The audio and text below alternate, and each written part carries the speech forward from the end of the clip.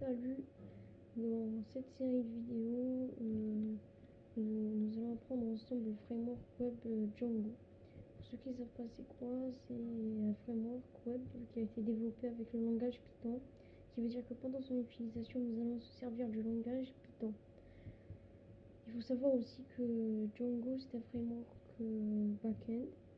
Alors pourquoi? Parce que dans le développement web, on a deux technologies principales, le front-end et le back-end.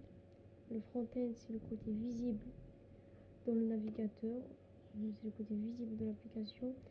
Et le back-end, c'est le côté caché qu'on va pas voir. Par exemple, si on prend l'exemple d'un formulaire, le front-end va s'occuper de la stylisation du formulaire et le back-end va s'occuper de ce qui va se passer quand on va le soumettre, ce formulaire. Alors, le front-end est généralement généré avec de l'HTML, du CSS et même du JavaScript. Voilà.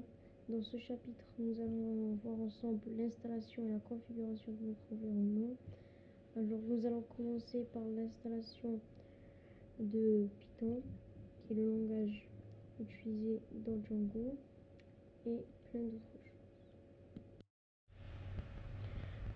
Pour installer Python, il va falloir aller dans leur site officiel, python.org, dans l'onglet Downloads. Si vous êtes sur Windows, vous prenez l'installateur, vous téléchargez l'installateur, vous l'exécutez, suivant, terminé.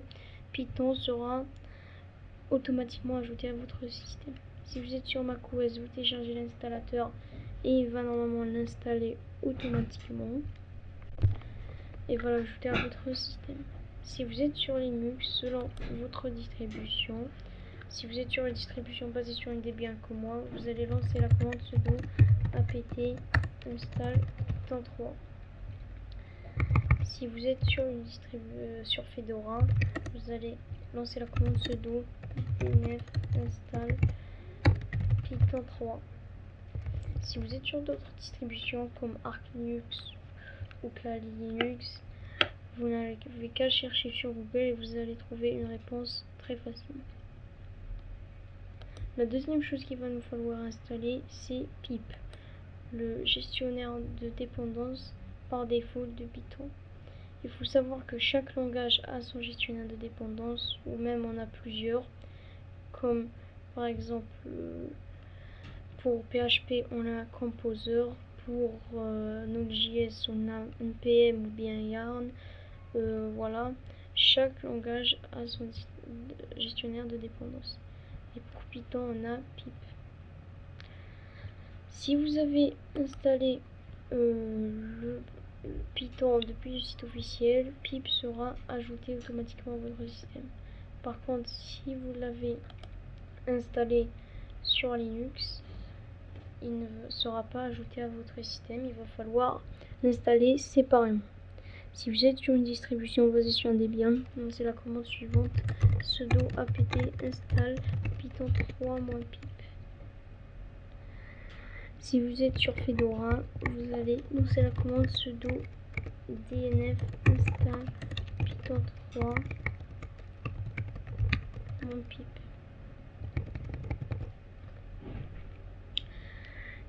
Alors, à quoi va nous servir pip? Pip va nous servir à installer des librairies externes comme Django. Alors, une fois que vous avez installé Python et pip, pour vérifier tout ceci, vous devez lancer la commande python 3-v majuscule pour avoir la version de Python. Si vous êtes sur Windows, ne mettez pas le 3, vous mettez python-v. Pour vérifier que pip a été installé, ça va être pip-v. Alors ici, moi j'ai la version 20.2 qui est la dernière version. Ici vous pouvez mettre pip 3-v si pip ne marche pas. Par contre, si vous êtes sur Windows, ne mettez pas le 3. Une fois que vous avez ces deux lignes de commande qui fonctionnent bien, vérifiez bien que le pip que vous venez d'installer vient bien du Python que vous venez d'installer aussi. comme moi ici j'ai Python 3.6 et là Python 3.6, donc c'est bon. Une fois que vous avez ces deux lignes de commande qui fonctionnent bien, alors vous devez passer à l'étape suivante, l'installation de pipenv. Alors pipenv c'est quoi? C'est une librairie Python ou un petit logiciel qui va nous permettre de gérer les dépendances de votre projet. Alors pipenv, ce qu'il va faire, c'est qu'il va créer un environnement virtuel pour votre projet. Par exemple, si vous installez Django dans cet environnement virtuel, Django sera disponible uniquement pour votre projet, non pas dans tout votre système. Pour installer pipenv, vous lancez la commande pip install pipenv. Alors ici, si vous êtes sur macOS Linux, vous mettez le 3. Et une fois que c'est fait, pour vérifier, vous n'avez qu'à lancer la commande pipenv version.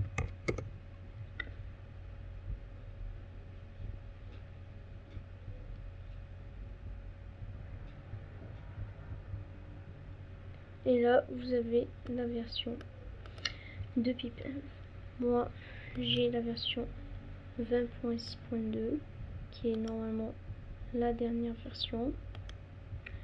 Alors, une fois que vous avez installé pipenv, pour utiliser pipenv, vous pouvez vous documenter depuis leur dépôt Git. Ils ont tout expliqué, mais je vais vous expliquer rapidement comment l'utiliser. Pour créer un projet pipenv, il va falloir créer votre dossier du projet. Moi, je vais appeler ce projet myblog parce que nous allons créer un blog. Là, je fais ls qui est l'équivalent de dire sur Windows et j'ai mon projet. Alors, je vais me déplacer dans ce projet-là. Ce projet est vide. Pour dire à pipenv que je veux l'utiliser comme un projet pipenv, je n'ai qu'à lancer la commande pipenv. Ensuite, ici, je précise la version de Python. Alors, je fais pipenv --, Python. Et là, je vais mettre la version 3.6. Je lance cette commande. Ici, si vous êtes, vous pouvez mettre la dernière version, 3.8 par exemple.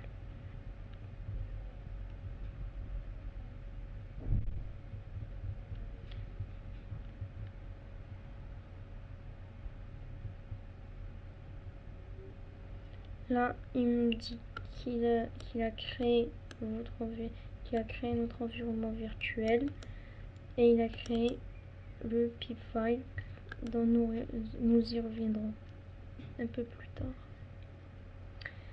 Alors, ce qu'il a fait en fait, c'est qu'il a créé un environnement virtuel dans un dossier spécifique à pipenv. Alors, comme vous voyez, si je vais me déplacer dans ce dossier-là,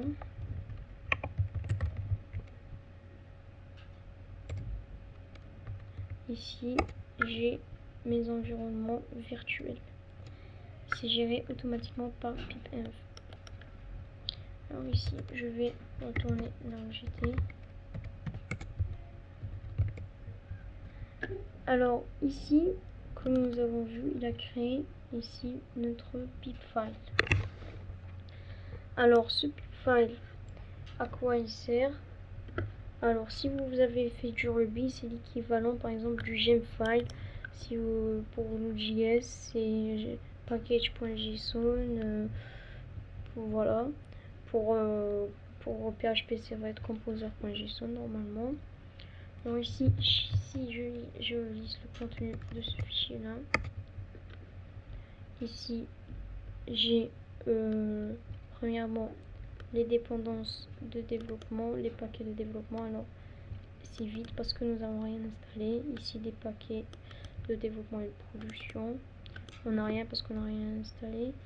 Et ici on a la version de Python parce qu'on lui a précisé qu'on voulait la version 3.6. L'environnement virtuel que nous a créé pipenv, comme vous avez vu, il ne l'a pas activé. Pour l'activer, je dois lancer la commande pip-env shell.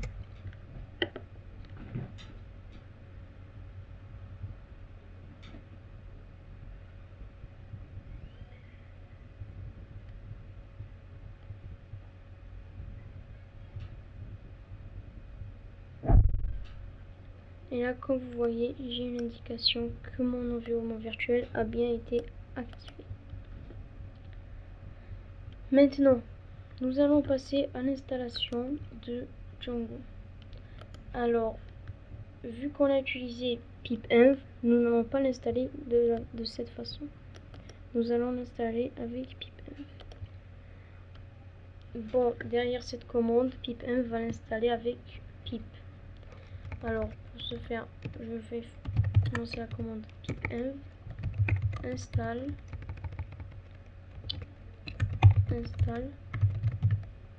Django. Je lance cette commande. Comme vous voyez, l'installation s'est terminée avec succès. Alors ici, il nous a installé la dernière version de Django. Pour vérifier, alors je peux faire ici un Python -m Django version. Et là, j'ai la version 3.1 de Django. Alors, je peux aller vérifier. Comme vous voyez ici dans la documentation, la version 3.1 de Django est déjà sortie.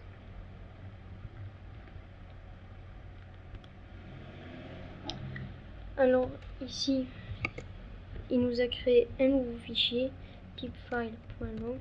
Si je liste le contenu, il a normalement bloqué toutes les dépendances. Et tout est géré, tout cela est géré automatiquement par pip-env. Alors, une fois que l'installation s'est terminée, on peut créer notre premier projet Django. Pour créer un projet Django, il va falloir lancer la commande Django admin start project my blog.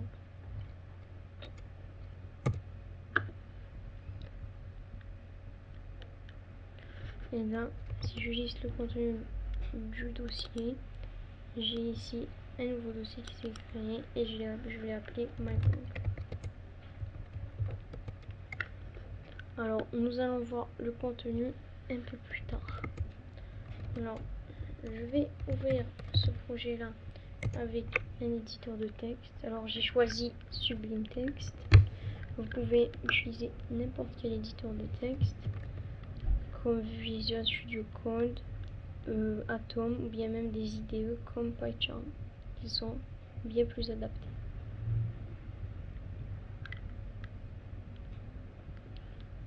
Alors, voilà. J'ai ouvert mon projet dans mon éditeur de texte. Je vais juste le déplacer dans un deuxième bureau pour naviguer entre les fenêtres plus facilement.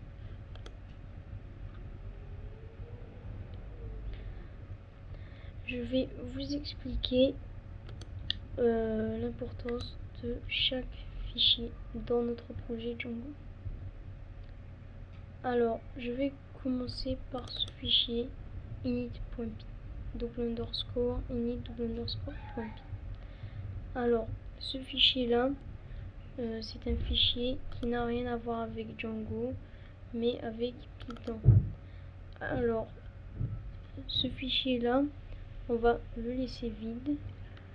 Alors, il va juste servir à déclarer que le dossier parent, le dossier là, ici myblog, et que ce dossier-là est un package. Sa simple présence déclare que myblog est un package. Pas besoin qu'il y ait du contenu dedans. Le deuxième fichier, c'est ASGI qui va contenir la configuration de votre serveur. Ok, vous pouvez ajouter d'autres configurations ici. Settings.py, c'est la configuration de votre projet. Alors ici vos applications, la langue et tout. url.py, il va contenir nos URL. Nous allons voir ça un peu plus tard. Et WSGI aussi va contenir la configuration du serveur de développement. Vous pouvez l'ajouter ici. Alors, vous avez aussi ce fichier là, manage.py, qui est à la racine du dossier ici, myblog. Ce fichier là, il va nous permettre de lancer des commandes, d'exécuter des commandes. Alors, ça veut dire que nous allons lancer des commandes avec ici manage.py, ensuite le nom de la commande. Ici, comme vous voyez en commentaire, il nous dit que ici, que ici Python, que ce fichier-là doit être exécuté avec Python. Donc ça veut dire que ici, pour exécuter une commande de manage.py, on va mettre ici, je vais d'abord me déplacer ici dans myblog, et ici je vais exécuter Python manage.py et le nom de la commande. Maintenant, pour avoir un résultat au niveau du navigateur, et bien je dois lancer notre serveur de développement. Pour cela, nous allons utiliser manage.py. Alors si je lance ici la commande python manage.py,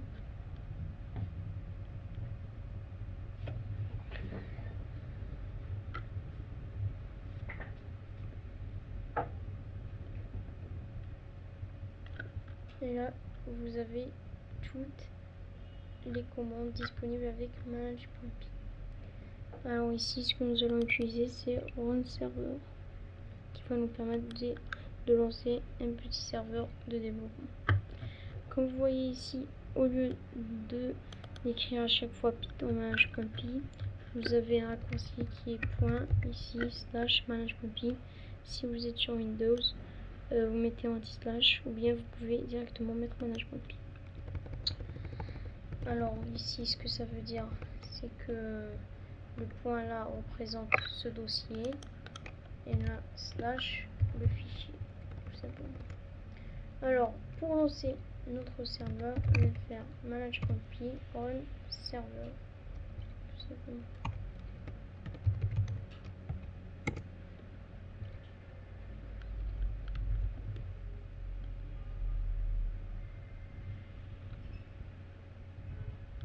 Et là, qu'est-ce qu'il me dit? Il me dit que votre serveur est en train de tourner au port 8000.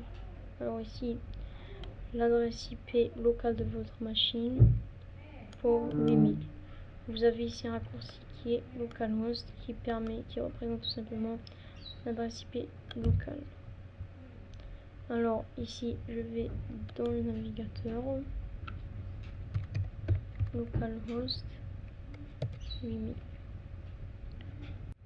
Et là, qu'est-ce qu'il me dit? Il me dit félicitations, l'installation s'est bien passée. Et ici, vous avez des liens vers la documentation, le tutoriel de Django et leur communauté pour avoir de l'aide. Alors, pour écrire notre premier message, ici Hello World,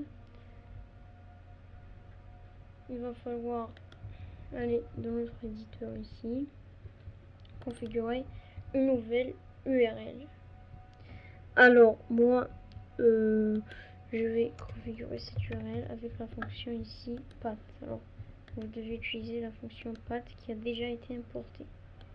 Alors ici, dans la liste URL path, vous utilisez la fonction path et prend en premier paramètre ici l'URL. Par exemple ici, vous avez déjà une URL qui a déjà été configurée, qui veut dire qu'ici, dans ici slash admin, ben vous aurez une fonction qui sera lancée. Alors moi je vais mettre rien. Pourquoi? Parce que je veux que ce soit par exemple la page d'accueil. Et là, elle prend en deuxième paramètre la fonction. La fonction, je vais la créer dans un fichier qui s'appelle views.py. Alors cette fonction là, ce fichier là va représenter toutes nos vues. Et là, je vais l'importer. Import views. Alors ici, ce qui s'est passé, c'est qu'en fait, j'ai importé le module views depuis le dossier ici myblog qui est représenté avec le point. Alors dans ce fichier là, je vais créer la fonction qui va être exécutée.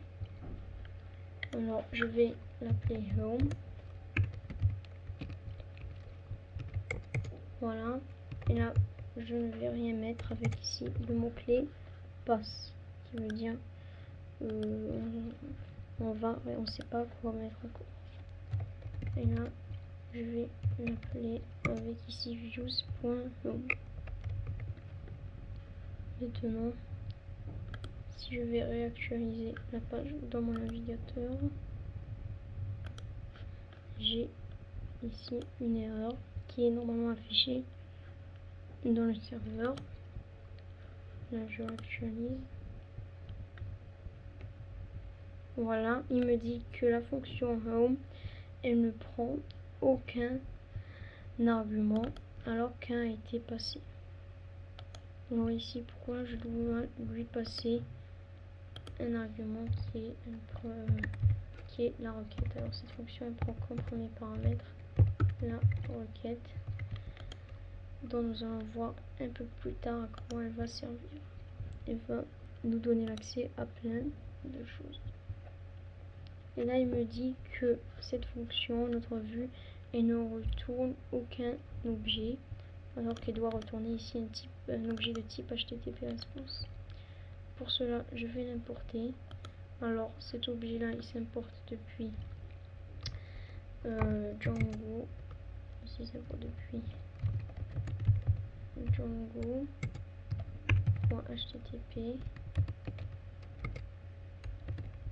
Et là, vous avez ici response. Là, je vais le retourner. Et là, il prend comme premier paramètre le message. Et moi, je vais lui dire hello world. Là, si je réactualise, j'ai mon message hello world. Alors, ici, cet objet-là, on peut lui passer du code HTML. Si je vais mettre ici hello world en H1. Ici. Voilà. Et là, j'ai hello world en H1. Si je vais afficher le code source, vous pouvez mettre ici CTRL-U pour avoir le code source. Et là, vous avez hello world en H1. Alors, c'est pas comme ça que nous allons afficher notre page web. Nous allons utiliser des fonctions plus avancées. Alors, dans cette vidéo, dans ce chapitre, nous avons vu comment configurer notre environnement, installer Python, Django, pip1, et nous avons aussi affiché notre premier message. Et voilà. Et moi, je vous dis à la prochaine pour le prochain chapitre.